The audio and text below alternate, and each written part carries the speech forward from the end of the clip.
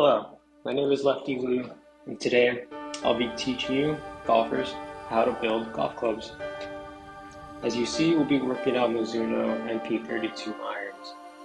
Looking forward with our shaft, it's going to be a Project X 5.5, 115 grams.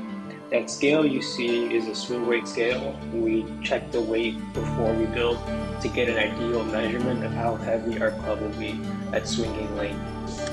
Now that we have checked all of our weights and measures, we will now look into having all of our gear out for the build. The required components are the following: a two-part epoxy ferrules that will fit to the measurement of the shaft, whether it be a .355 or 0.370, some cleaning wipes, a mixing tool, and our centering beads for when we build the heads into the shaft. Now, preparing for the build, it's proper to remove all the excess epoxy, glue, or plastics that were on the golf club or the shaft. Like you see me right now using the grinding belt, we're removing all the extra shellac from the shaft currently.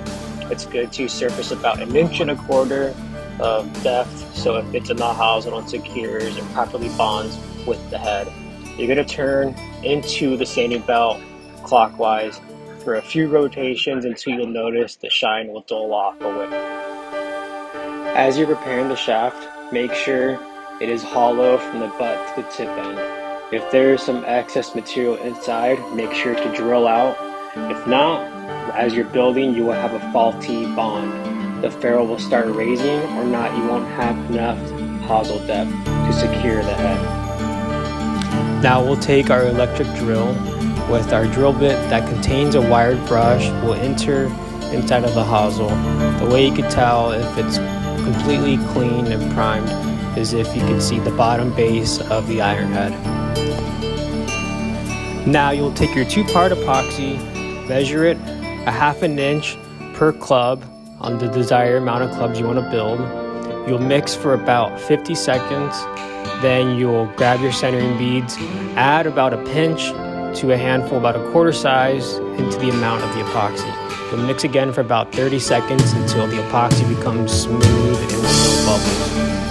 Now you will put a dime size into the iron head and mix around the hosel. Continually, you'll place it down, grab your shaft, rotate the tip of the shaft onto the epoxy board. You'll grab your ferrule, insert the ferrule with the smallest side facing down.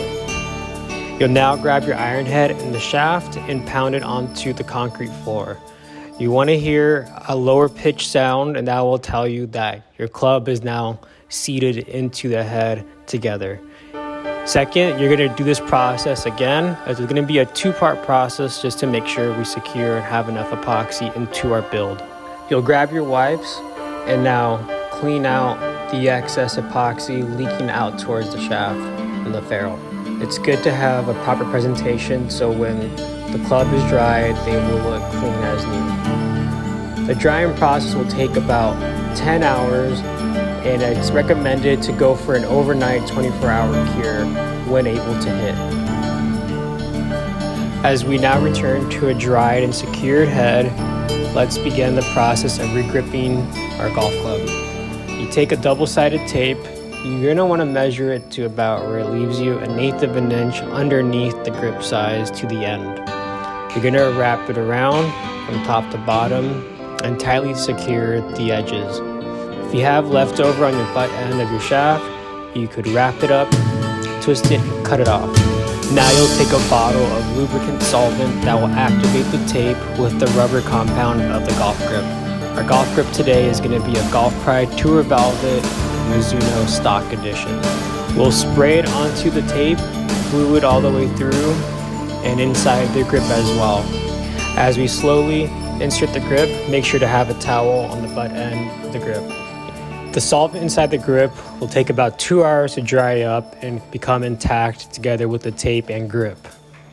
Concluding our golf build, we will now go into our swing weight machine once again and dial up and see our exact measurement of weight. I hope this video will reach out to the golfers that are interested in building their golf clubs on their own and expanding their horizons to more builds to come.